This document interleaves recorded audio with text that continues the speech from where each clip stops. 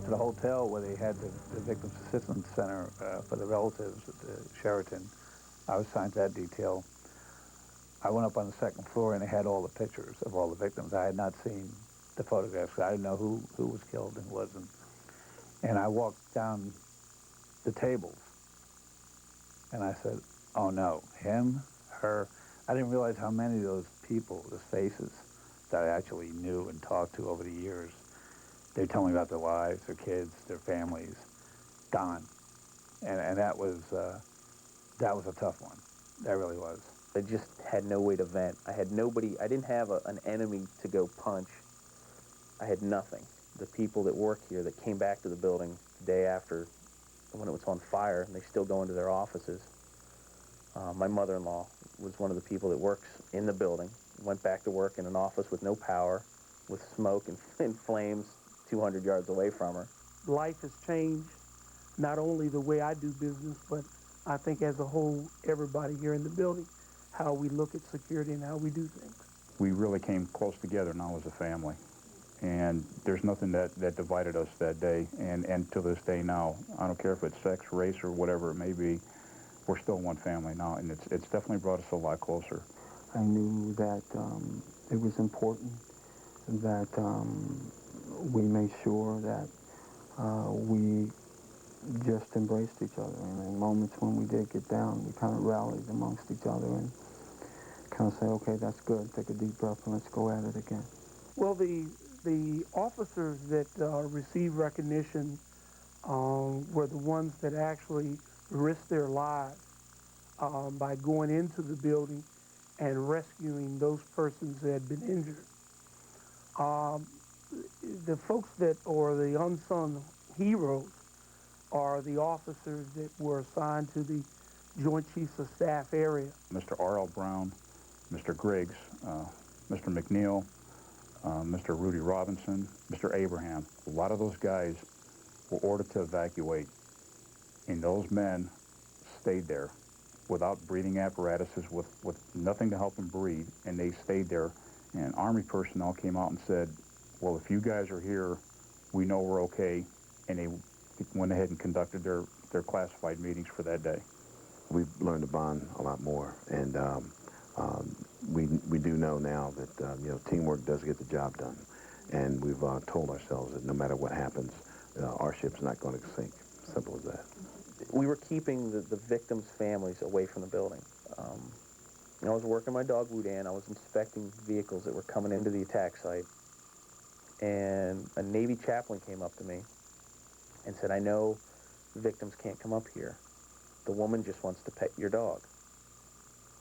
Well, my dog is not the friendliest dog on the planet. And I said, well, I don't know if she can. And I look over and the woman's crying. So I take my dog's reward, which is just a black Kong, and I hand it to him, and he takes it in his mouth. If he's got his Kong, he's harmless, but he's not going to show any affection. The lady bent down, and my dog went over to her. He pulled the leash almost out of my hand and leaned up against her for about 10 minutes. I went in my car and just started crying.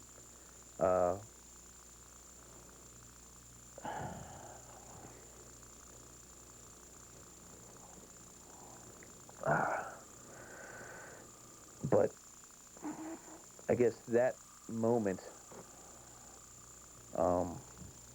pretty much solidified.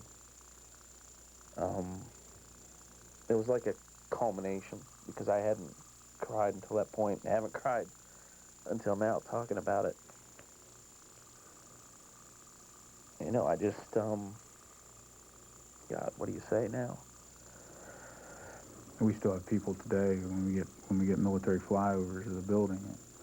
It's, you know, they're ready to run out of the building. So I think it's going to be real tough for some of them. The outpouring from the nation was just overwhelming. So with all those thoughts, it's the incentive that keeps me going today. So I don't, I come in and, you know, I get up in the morning and it's with an enthusiasm to let's make this work again.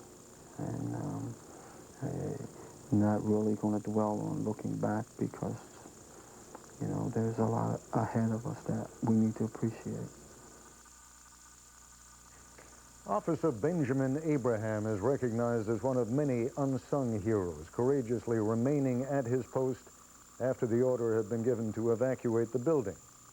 Officer Abraham, a 15-year veteran of the Defense Protective Service, died last Friday of complications related to the Pentagon attack. I'll be back with a closing thought. There will come a time when September 11th becomes simply a day of remembrance. With the passage of enough years, the intensity of emotion surrounding any event tends to lose focus. November 11th, for example, was once the day that marked the conclusion of the war to end all wars. Armistice Day, we used to call it. And in many of the countries, including this one, that sent their young men to fight in the First World War, there would be a moment of silence at the 11th hour of the 11th day of the 11th month to mark the signing of the armistice that ended the bloodletting.